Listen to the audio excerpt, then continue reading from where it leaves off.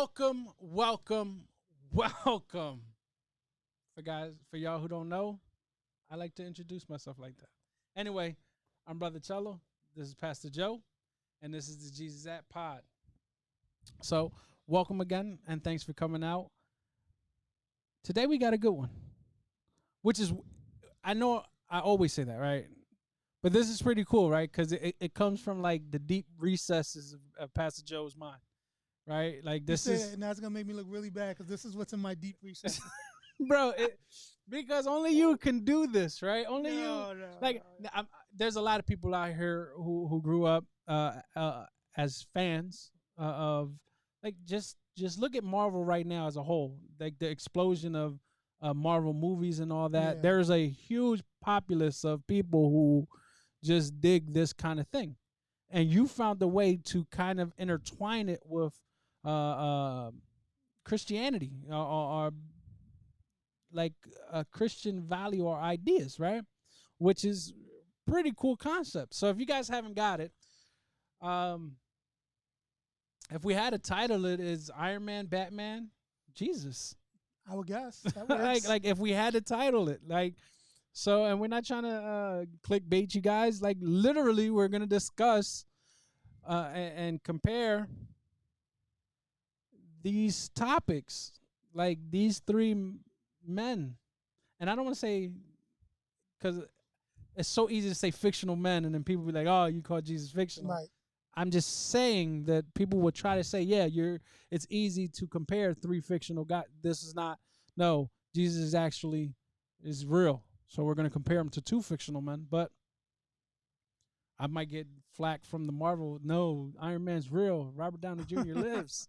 I don't want no beef. I don't want no beef. But anyway, so we're gonna compare and we're gonna do a little exercise today. Yeah. We're gonna try to stretch. Now, again, we're not sitting there saying that this is straight up hot fire doctrine. Nah, man. But this is just cool. A fun conversation to have. Yeah, That's all, absolutely, absolutely. We're gonna try to apply some just basic biblical ideas and see how we can massage them into these things or pull out some biblical identities that by mistake some writers put into their work. Man. Right. I don't know. I don't know how much. I don't know how much of a mistake it is. As soon as I said it, I was like, it's not necessarily a mistake, but my wife is texting me because apparently she don't watch our pod. No, she doesn't. Shots. If she watches this, she's gonna be mad. Now I know next week if you didn't get in trouble, then I know she didn't watch. If I come on here with a black eye, it's not makeup. Anyway, so our first question, Joe. Our first question, right off the rip. What comes to your mind when you hear the word hero? Super. No, like really, that's what like superhero. Like, of course, that's what we're talking about. I don't know, just somebody who. I think when I hear hero, it's just somebody who comes through in the clutch. Like, like there's a situation, a problem that needs to get solved, and they come through, and they figure out a way to make it, resolve whatever the problem is, make it through the issue, make it through the situation. So for me, when I hear hero, that's kind of the first thing that comes to my mind is like, what was it that somebody fixed that almost nobody else can fix? Gotcha. Like, that kind of idea. Gotcha. How about you? What are you thinking? Hero's tough. I like the way you did that, right? Because it gives space for us to define it and the reality of hero, right? Because to us, the heroes that we see daily don't fly. No. Well, some of them do. I mean, they're a pilot. Shouts out to Sully. There you go. No. So like heroes in my life, my mom was a single parent for most of our childhood. Hero. She was a G. She had to be mom and dad. She had to be enforcer and lover. Like she had to be the person that gave you unconditional love, but actually gave you that pow pow when you was out of line. She had to be provider. Like she had to go out, but she also had to be caretaker. Like she had to take care of the home. Like she was an awesome woman. Like you could not, like separate hero or have the word hero without her in my eyes. Right. You know what I'm saying? Yeah. No, absolutely. And not only took care of us, took care of every single member of her family. Yeah. Like I don't remember not one sibling of hers not living with us for a period of time Mm-hmm. as we grew up. Shouts out to my mom, Grandma Cola, superhero. She was a G. So I love that you gave that place. But when you hear superhero, you just to me you had to go Superman. Like you say superhero or hero is all right, Superman. Like even Right. that he's not in on this, Yeah. it bothers me. Well, no, see, there, I did it intentionally because it's not fair. You know, like absolutely. whenever I see Superman, like in a conversation, Jesus vibes. it's just like Superman wins. Like I said, like he wins. Absolutely, Like, absolutely. So Tell my son that because I think that's my biggest beef with Batman right now. Like we'll talk about it later. Yeah, we'll get into it later. Yeah, so that's why, like again, like you know, I say hero. You know, you say hero, what comes to mind is just the person that comes through in the clutch. You know, absolutely, just like, absolutely. But you know, in the realm kind of where we're going, superhero. You know, it's just again, it's that, and I think there's kind of two things for me when we talk superhero. It's somebody who is just like really powerful. You know, Superman, but. And I know, like, in our generation that we get into, like, the anti-hero is, like, the good guy, like somebody like Deadpool, you know, who's, like, he's a hero, but, you know what I mean? Like, don't do it. but for me, like, the thing that's synonymous with hero is good. Like, you know, superhero, yeah, he got superpowers, she has superpowers, but not only that, they're good. They're trying to do good. Whatever that is, they're trying to do good. So no Suicide Squad. Right, like again, we're in this phase kind of where like the anti-hero is being glorified.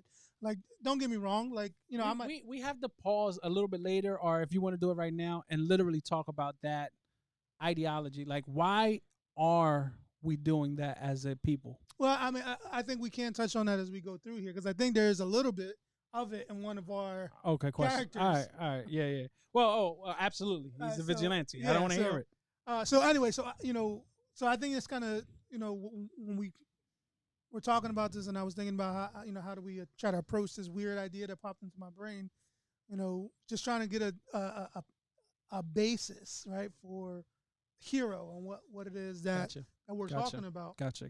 So I think that's really important, you know. So again, if we're talking superhero, it's just that somebody who's just really powerful, but is trying to use that power for good.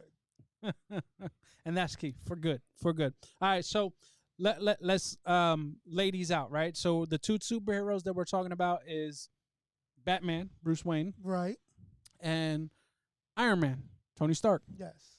Right? So let's compare these two so we can get a baseline of what we're talking about. Right. Let's do it. So again, like I said, I pulled Superman out of the conversation just because I just don't think it's fair. And so I started thinking, all right, who are two characters they kind of mirror each other? Like what characters that everybody will be familiar with, but have enough similarity that you can see, all right, they're on level playing grounds. And so I kind of landed on Batman and Iron Man. And so I kept on thinking, oh, can it be this person? I was like, no, these two guys are standing on solid ground, you know, like as far as comparing one to the other. And so this is what I'm going to do. I'll ask you, since he's more of your boy than my boy, and even though Superman's your number one guy, why don't you take and give us a little breakdown of what comes to mind when you hear Batman / Bruce Wayne? Don't do it. All right, so I have a beef with Batman right off the bat because that's my son's favorite, and that's my son. Like he should like Superman like me, but so that's messed up because I'm only gonna give you bad stuff for Batman. No, you got to be fair. So I guess the coolest trait that Batman has is that he doesn't have any superpowers. He's literally a human. He's just right? a dude. He has his superpower is a bank account. Like, he's a smart guy. And he's supposed to be a great detective, but Sherlock Holmes was, and he didn't do it in the dark. I'm just saying. Again, that's my bias coming out anyway. But what's cool about Bruce Wayne is I think I heard you say it. He adopted a couple different kids. Yeah, Most yeah. of them died. The Robins. Listen, we can mingle it. All right, so like Batman adopted a couple kids into his life, right? Like the Yeah, Robins, the sidekicks. I think yeah, one or two of them passed away. yeah. So I'm not gonna say but nothing about he that. tried. Yeah. Um, he's very giving with his finances. He is very good. Like He still had a butler though. hey, listen, he took care of him though. I didn't see my man looking for nothing. Hey, listen, I'm not mad at you. Alfred had his all needs met. jokes aside, Batman has his perks. He always perseveres. Like he never quits, even when the odds are stacked up against. He's going against superhero villains that actually have Some of them, superpowers. yeah. You get what I'm saying? And then all that ingenuity to come up with the things that he's come up with and always be thinking ahead. You know what I'm saying? Like, I can't believe you got me talking nice things about Batman. My son is gonna fry me later on. See, you said nice things. Hey, listen. He's gonna use these in arguments against me. But Batman can't be Superman, so it's fine. Listen, unless he has gas in his. According to Kryptonite popular, gas. but it's cool. Just say Martha and he's And off. everything's fine. Everything's fine. Anyway, so Batman. That's what I would say about Batman. Let's go to Tony. Let's go All to right, Tony. so Tony Stark is he's actually a bit of a brat, really. Like I can see especially that. early I can see on, that. like if you watch the movies, they do a pretty good job of giving you a picture of who Tony is. Yeah. And so Tony Stark is a guy who was born into a family that's wealthy. His dad is brilliant. Because of his dad's brilliance, he's financially well off. Not only that, he kind of inherits his dad's mind, and he ends up being a really, really smart dude who uses his brain to create weapons that kill people. He's essentially a warmonger. Yeah.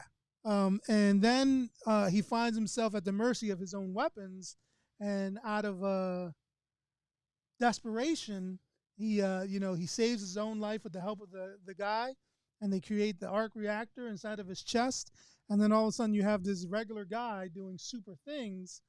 But the thing that I always find interesting about Tony, that's a lot different than Batman, is that he kind of relished the attention that came with being. Yeah, you got Iron Man, one shadow, one show. Right. So like Batman was completely, like if it's not nighttime, I'm not outside. Like he was nocturnal in every sense of the word. You know. Yeah. And Iron Man, on the other hand, he's a showboat. He's out there. He's being seen. And so you have these two guys who really come from the same world but yet different perspectives. Because Bruce was from a wealthy family too. His dad had money. But when his parents were killed, he, that was a shift for him in his life that kind of manifested itself in this idea of becoming Batman. And for Tony, it's interesting because he had his father for for some of his life, but when he lost his dad, he spent the rest of his days trying to earn his father's respect or love. While Bruce spent the rest of his days trying to avenge the loss of his father. Vendetta. Right. So I think those two guys kind of stack up similarly as they come from similar backgrounds, but they kind of approach what their next step is in really super different ways. Like again, Tony Stark is just a dude in a metal suit. With a whole bunch of technology behind him. A lot of gadgets. He's Batman just during the day. But because they both got utility belts. Here's the thing, though. His is a utility chest. But if you take Iron Man out of the suit, right, and you take Bruce out of the suit, Bruce is gonna whip Tony. I don't know, man. Back and forth, bro. I don't know, man. Did you see my man in Sherlock Holmes? That was Sherlock Holmes. Robert Downey Jr. I'm talking about Come Tony. on, man. I'm not talking about Robert Downey Jr. They're the same people. Anyway, no. All right, Joe. So the next question is, how do you pull out some images of Christ in them? So what is it that first brought this to you, and how do you see, or how can you help us see these images of Christ that you're talking about? All right, so So I'll start with Batman. In Batman, Ooh. the Dark Knight Rises, right? The last one, the last Christopher Nolan one. There's this scene where Bruce is fighting Bane. Bane kind of kicks his butt and ends up breaking his back. Literally breaking his back. So he broke him. And in defeat and shame, he sends Bruce into a deep pit. And Bruce is stuck in that deep pit for a few days, trying to recover from a brokenness that Bane in no way thought he would be able to recover from. Absolutely. He thought he broke him. He thought that was it. It's over.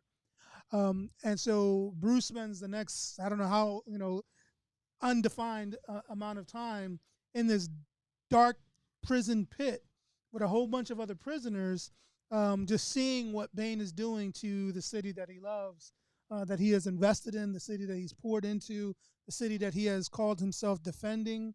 And as he's seeing this go on, he begins to fight to get himself literally back on his feet, to the point where he's able to climb out of the cave on his own 2 feet and go and find Bane and defeat him and save the city, and then go off to a far off land where he lives his best life. All right, so when I see that, it reminds me of Christ, right? Where the enemy assumed, I got him. He's on the cross.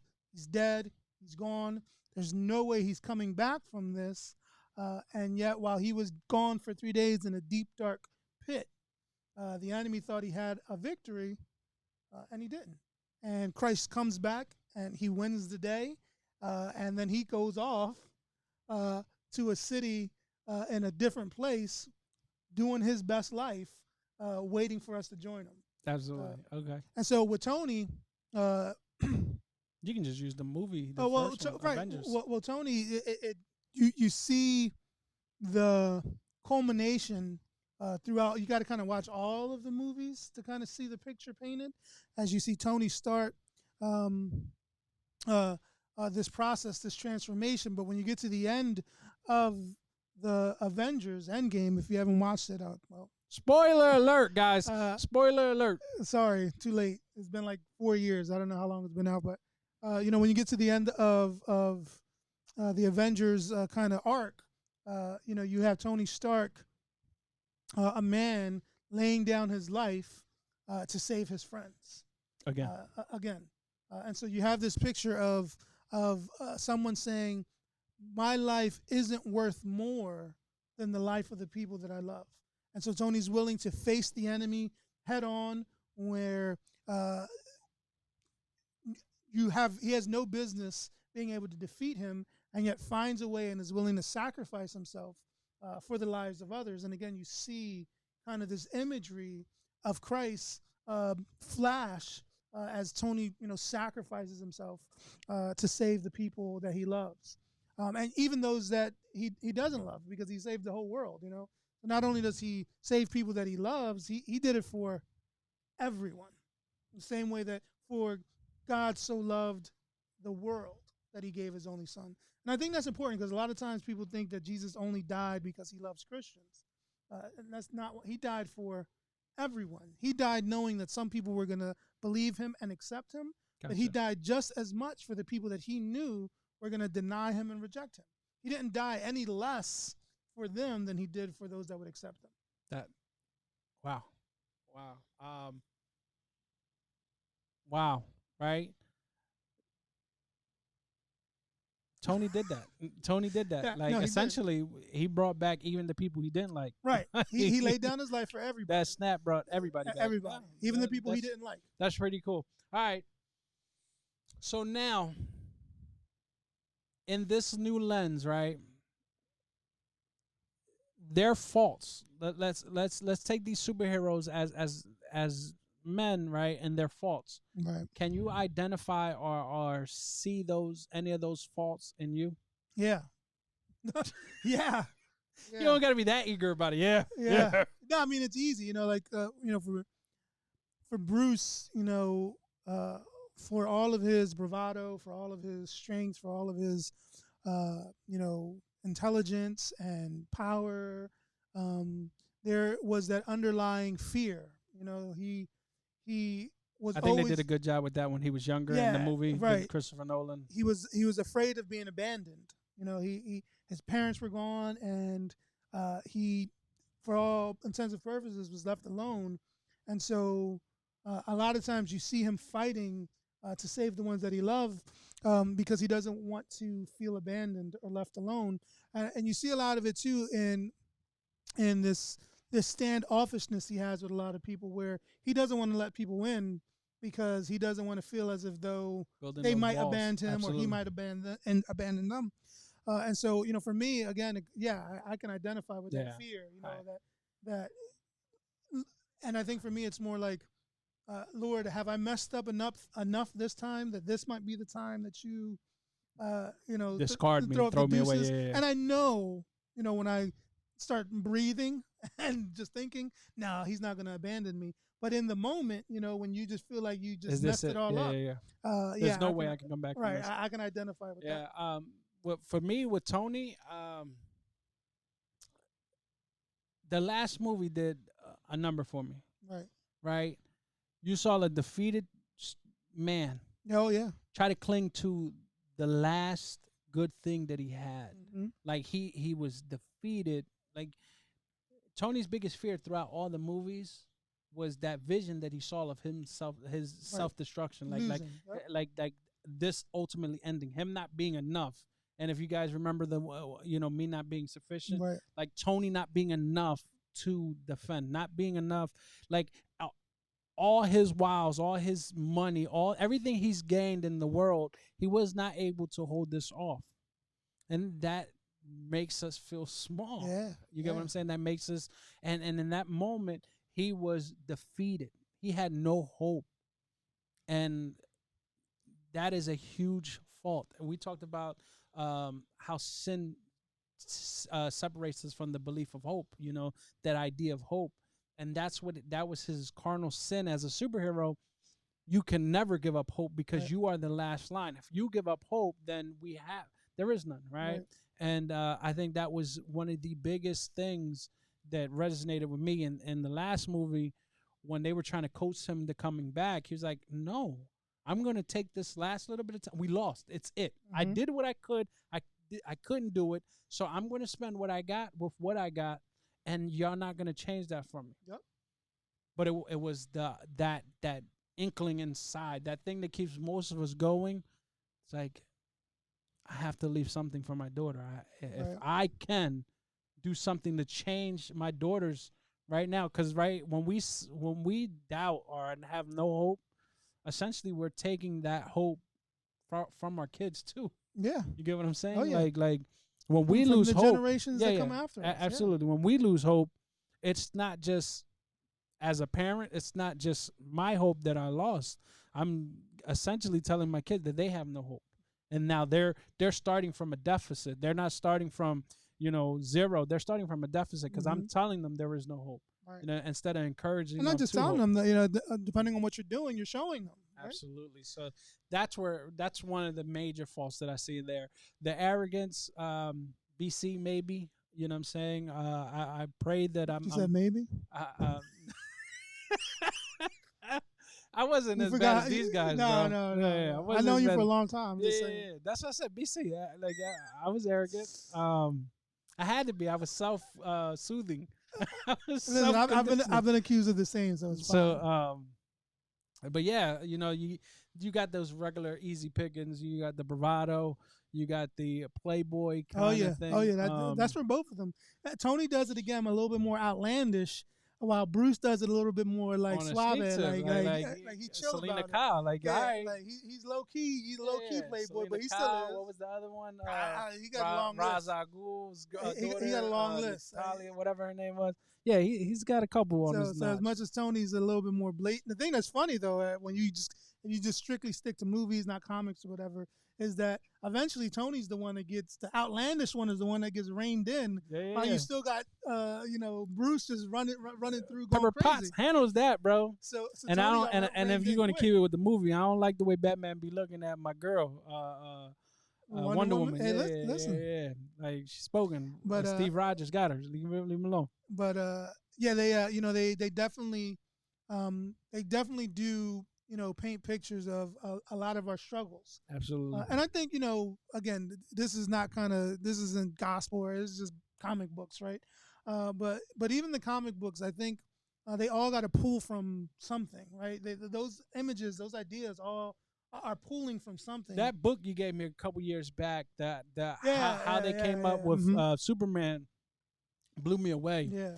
And that's a good book. I can't remember the name off the top of my tongue, I but gotta remember. I have all that stuff saved because there's a couple books like that. The Superman one is the best one. There's another one yeah, that kind of takes not as in depth, but they go through kind of like 5 or 6 like of characters absolutely. and just go through it. And long story short, supposedly in the book talks about how this Superman was created by some Jewish fellas, with the eye of being Jesus. Essentially, that's why it was so important that threw me aback. That in the latest iteration of Superman, the movie was great until the very end for me, Right, where right, they forced him to kill this right, person, right. They put him in which that which conundrum. exactly which made him not him. Right.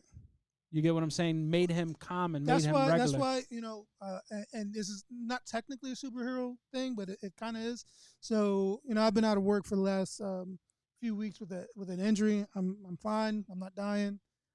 But and so as I'm recovering, getting ready, hopefully go back to work soon. I watched the Avatar, the cartoon. Yeah, Me and my son been watching it, and we just finished it.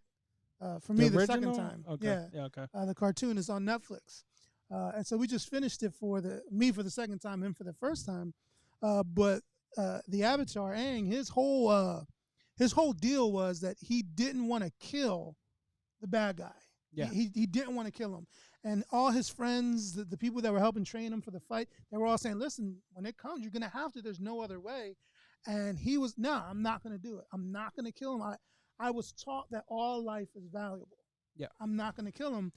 And when they get to the last battle scene, there is this thing that happens where he goes to fight, and and he has the upper hand, and he's won, and he's about to strike the killing blow, and he stops. He says, "No, I'm not going to do this."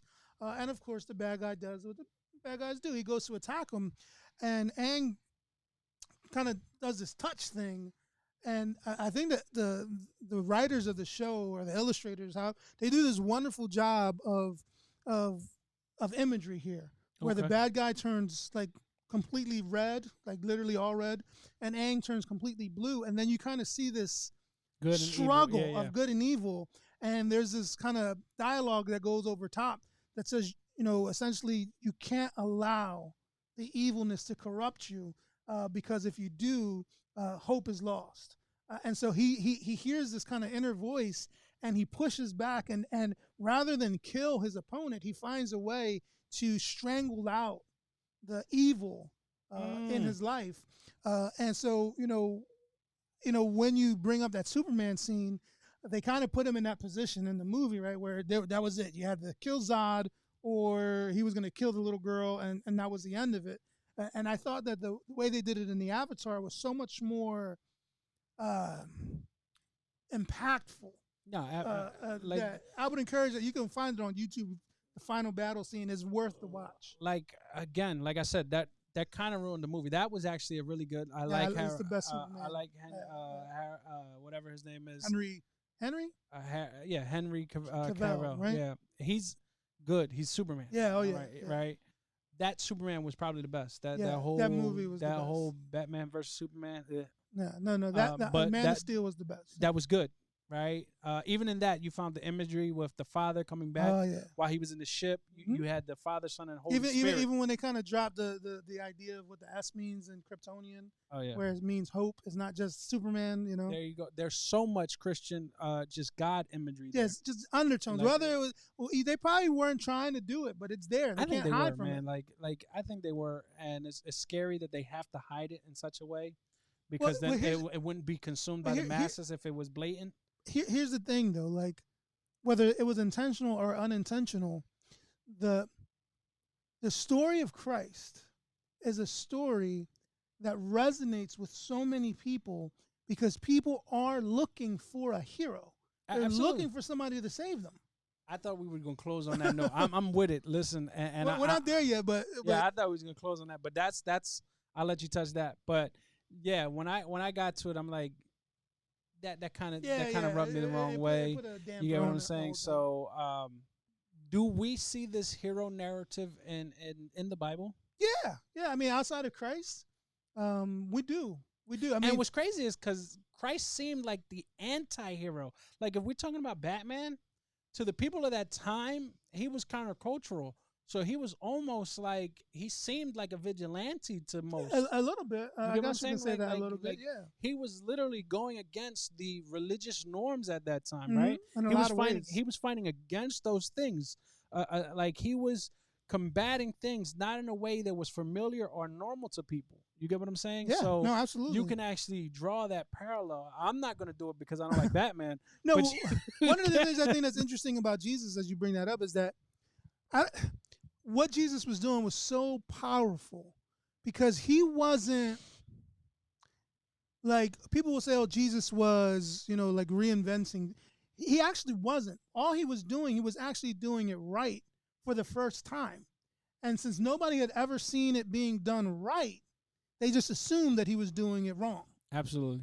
So I think that's really important. But yeah, no, I hear what that's like Steve Jobs grabbing your iPhone and telling you this is how you do it. This is how you do it. Right. This is how you do it. Oh, really? Right. Really? You know how many times I'll get my phone and I'll be messing with it, and all of a sudden I'll see a link.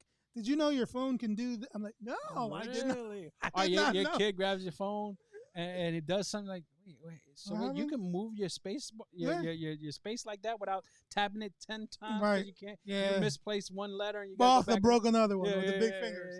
Yeah. So no, absolutely. But the hero thing. Yeah, the hero in the Bible. In the scriptures. Yeah, I think. I mean, for me too, instantly jumped to mind. Tell me, Samson. Biblical superheroes. David, right? Defeating Goliath. Not his whole story, but just that portion of the story. I mean, his whole story, like he does have has fighting lions and fending off wolves and bears in the wilderness. He has that. First, what killed me was like, wait, there's lions and wolves and bears in the wilderness. Hey, like, they're out there, bro. I like what's going on? I thought he was in the desert. Like bears in the desert. Like they 10 bears, brown bears. Like what is going on? But it's there. They're there Pangea. Somewhere, man. I'm just saying. But no, absolutely. David comes to mind, and again, you're right. He fights lions and bears, but when you're talking giants, and again, historically accurately sounds speaking, like your favorite football team. Bears, Lions, Giants. Goliath wasn't like this 25-foot tall dude. Most biblical archaeologists have him at about like 8 to 9 feet. Shaq. So just think a little bit bigger than like Yao Ming, which is still enormous. Yeah. Say it to Yao Ming's face. I dare you. Can you reach? That is the whole point. So King David comes to mind, especially the story of David. And that just whole thing fires me up. The Red Rocket. Yeah, just shooting running up to him, and just the whole dialogue, all of it. And then of course, you mentioned Samson. He's clearly the other one, right? I mean, clearly, beating up armies with a jawbone and just knocking down pillars. And he was the first comic book. Yeah, absolutely comes to mind. So I mean, there's even villains like you got Nimrod, what's it, Destroyer of Souls or something like that. Hunter of Souls. Yeah. So there's villains. Like, I mean, and again. The Pharisees are like Jesus himself, underground conglomerate of evil. I'm joking. No, but I'm not joking. There might not be. Yeah, but, Jesus himself even does kind of superhero-y kinds of things, walking on water and healing people. And so, he has that. But then you just think you got the first Aquaman, Moses parting the seas. But no, that's true. And then you think about walking on water. You think about just like, we were talking about like, heroes. You were talking about your mom and then you just think about kind of how in the book of Hebrews you have like the heroes of the faith, right? Yeah. These men and women who their superpower was just being able to cling to God when everything told them that they shouldn't. And so, is there a superhero kind of narrative in the Bible? Yeah, David, Samson. But is there just a regular? Yeah, absolutely. When God So was asking, so are you Abraham to lay it down, and he are was you willing calling to. the 12 apostles the first Justice League? Is that what you Hey, it could. say? Not only that, but hey, you go back and They you were read. healing people. They were doing You the read job. in the book of Acts where Stephen um, is running alongside a chariot. Philip. Philip. I'm sorry. Philip. Yes, Yeah. Philip. I'm Stephen. He got Steven killed. got He's running alongside of the chariot and just having a at conversation. lightning speed, not So- losing the breath. So I mean, so there is a place where you can kind of see these. Philip was the first oh, Flash. hey, Come there you on, go. man. And so you get this idea, these pictures of look, these superhero-y kind of stuff. But I think it all culminates in Christ, though. It's all like, even Yo, those guys are pointing to Jesus. I think we can do that. Like, you got Samson breaking the pillars, so he would have to be the Hulk because Yeah, he listen, smashed. Samson smash. Philip running on the This- chariot, he has to be the Flash. It's there.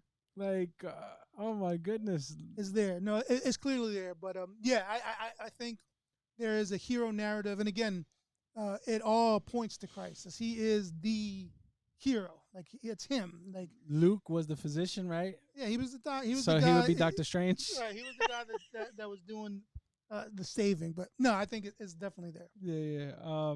Okay. All right. Oh, this is a good one. What role do arch enemies play in in any narrative, biblically and in our own lives? Yeah, I mean, just think about. I mean, before we even just think about, we're not going to talk. Really, just think about, kind of what space does the enemy occupy in your life? And when I say that, I just mean like, where is it that you see that thing operating? Whether it's directly in your life, whether you see it in the life of the church or the life of the nation, however you want to describe it. But he's out. It's a real thing. Okay, so Batman takes the cake on this because he arguably has the best villain. Oh yeah, and the Joker. Oh yeah. But the Joker's narrative is so almost biblical, right? Now, just go follow with me for a little bit, right? So, the Joker's pure chaos. That's what he wants. He wants pure chaos, and the thing that he wants Batman to do the most is to give in and kill him. Join in that chaos, right? Yeah. He wants, if I can, and the Killing Joke, I think the idea was that if I can get Batman to kill me, essentially he becomes me. Right. It goes back to that idea. It goes back to that idea of hope. If I can get Batman to do this, yeah, then there's no hope. Exactly, and that's what the enemy's trying to do. Absolutely. Like if I can get Pastor Joe to participate in whatever this is, right? Mm-hmm.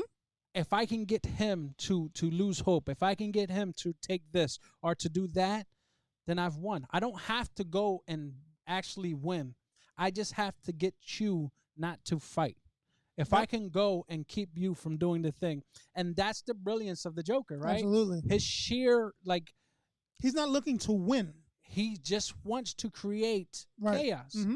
And isn't that what sin wants to do? Yeah. It wants to separate us. It wants to create a divide between what we're promised and what we're seeing. Absolutely. And when I was reading this, I was like, wow, that is where this is going. Mm-hmm. And the villain, you can see this amazing testament of sin versus righteousness.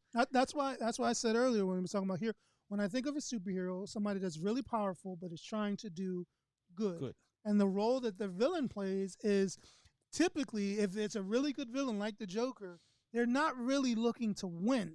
They're just looking to discourage or bring chaos or bring down, not even like physically, but the character of the hero. If they can tarnish or mar or belittle the character of the hero, then they won. Without even really winning, they won. And if you go back and you watch the second Batman movie with the Christopher Nolan one, where Heath Ledger is the Joker. That's the whole point of his deal. He's not He looking to burnt the win. money. He's not looking for money. He's not looking for power. He's Absolutely. just looking to bring chaos. And then he set his sight on the fact that if I can get him, aka Batman, to take part in this chaos with me by killing me, I won. Absolutely. I'm the winner. Absolutely. And that is so, like, when I was like, I was on board after that. After I read that Yeah. and put those two together, Yeah. I was on board. I was like, okay, this Mhm. makes okay.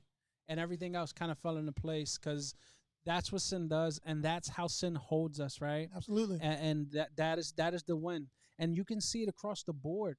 You can see it across the board. I don't want to go in too deep into this topic, but just look at our police force, right? There's so much, like, there are lots of good cops out there.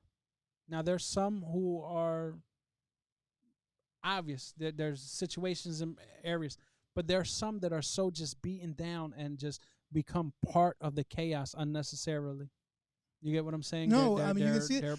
They're pushed to this place, and we have to do a better job of identifying that in our officers and helping those who want Absolutely. help, and not maligning those who are not doing these foolish things. I think a area where you can kind of see what you're talking about, and it's a lighter topic, but not really.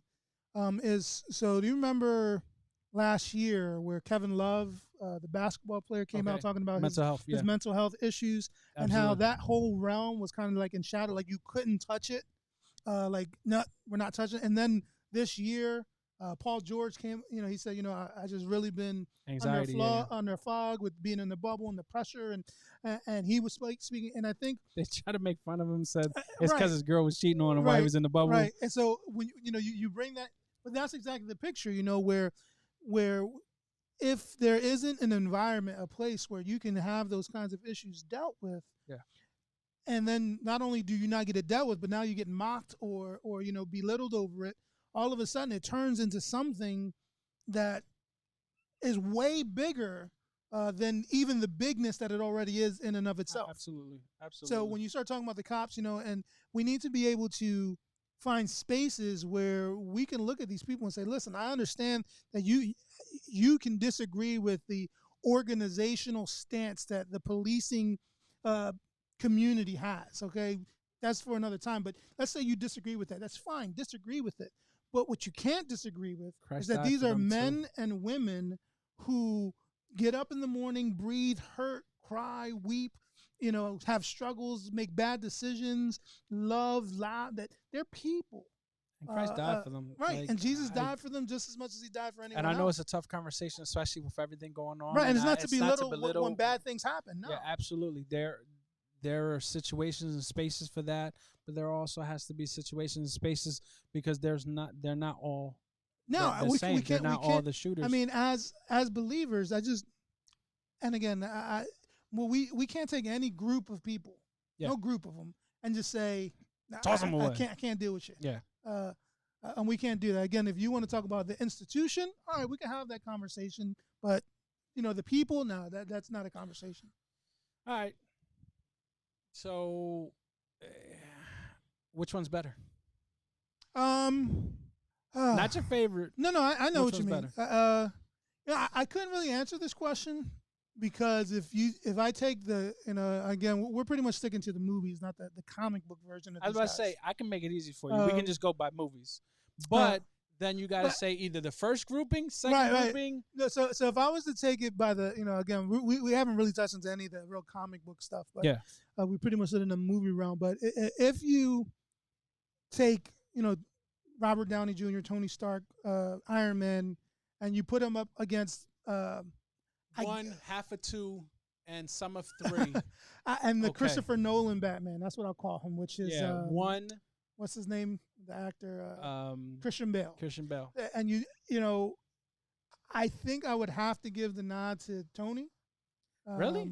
The first two Christian Bales are great. The third one was okay. Well, I think I only say that because I get the You're whole counting picture. Avenger. Right. You're I counting saw all of Avengers. Tony, all of them. You're counting Right, Avengers you see the whole story play out. Because Iron Man 1 was good. Douchey bad Tony, and it was a good movie. Right. And Iron Man 2 was okay. Iron Man 3 was really bad, actually.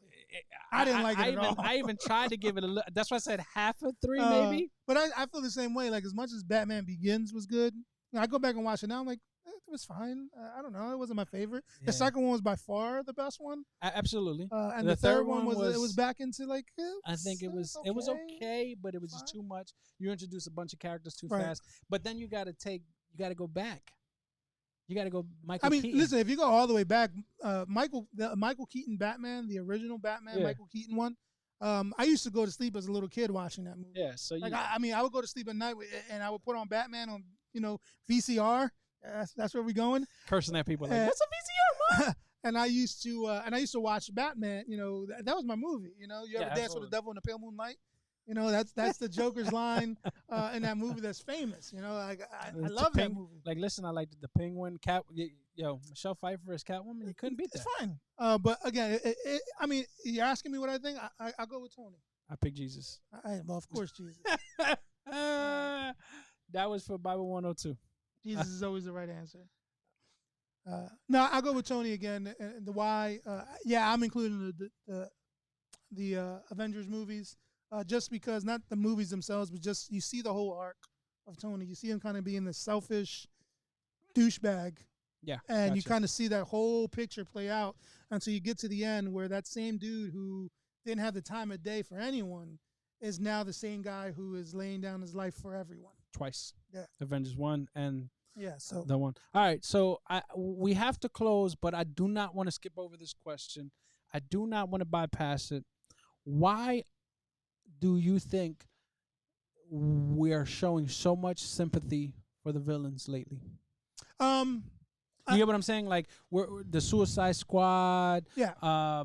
They're making bad guys like vulnerable so that you can fall in love with them, to show them. I think like even the Joker movie, like that was a huge success, but it was glorifying or trying to create empathy for this character but he's really a villain. Yeah, I think what's happening, and I don't know if it's the worst thing, but what I think is happening is that we are trying to, for lack of a better phrase, humanize these people, the villains a little bit more, so you can see that these, because what it was before was you would have a villain and there was this just pure evil essence that was just rotten to the core, and there was nothing about him that could be redeemed. It was just gone.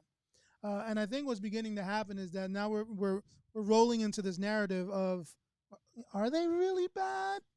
And I think that's the thing that's coming up, is that they're trying to make this this kind of mushy gray.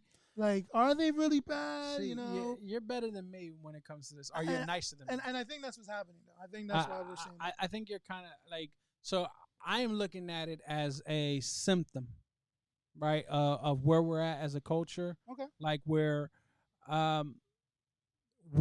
essentially, so pop culture defines culture, essentially, right? The tastemakers tell us and they guide us. So TV, movies, they shouldn't, but they do, right? And I think they're conditioning the younger people, the viewers, to see that there's more, right? And where that is okay in a certain sense, we're going to start rooting for the bad guy. And it's almost desensitizing us to just overlook some of the bad. Because you gotta do bad. Right. You gotta do bad to live in this world and to get what you want. You gotta do bad. Right. No, and I'm not saying that they're blatantly doing that, but you never start as the villain. It's all gradual. You get what I'm saying? And all of us have had bad things happen to us that we had to make a decision. These guys chose to do something bad, where others chose to persevere and fight through it and become something else. You get what I'm saying? And to me, it's symptomatic. Are a symptom of a greater issue of conditioning to just a bad place. And sorry, folks, we're gonna have to leave you with air. Any final thoughts on that? As I say that, last final thought. Not so much on that. I think you hit a good point there. Is just to close. Gotcha. What's your superpower? I don't know. When I was a kid, it was strained for flying. Now, like, I want to kind of be like Tony, so we can like philanthropy, Right. like because part of So you Tony's want to be life was rich? big. Was big. That's your superpower. Yeah, I want to be rich. But I would have to say fly. Okay. I can get my family out of any Isn't that in a situation. movie? Somebody asked somebody, "What's your superpower?" and they say, "I'm rich." I think that's in a movie somewhere. But for me, I think it's maybe because, like I said, I've been watching the Avatar with JoJo. I think I want to be able to control like some kind of When some like element. fire, Oh water, or my something. goodness.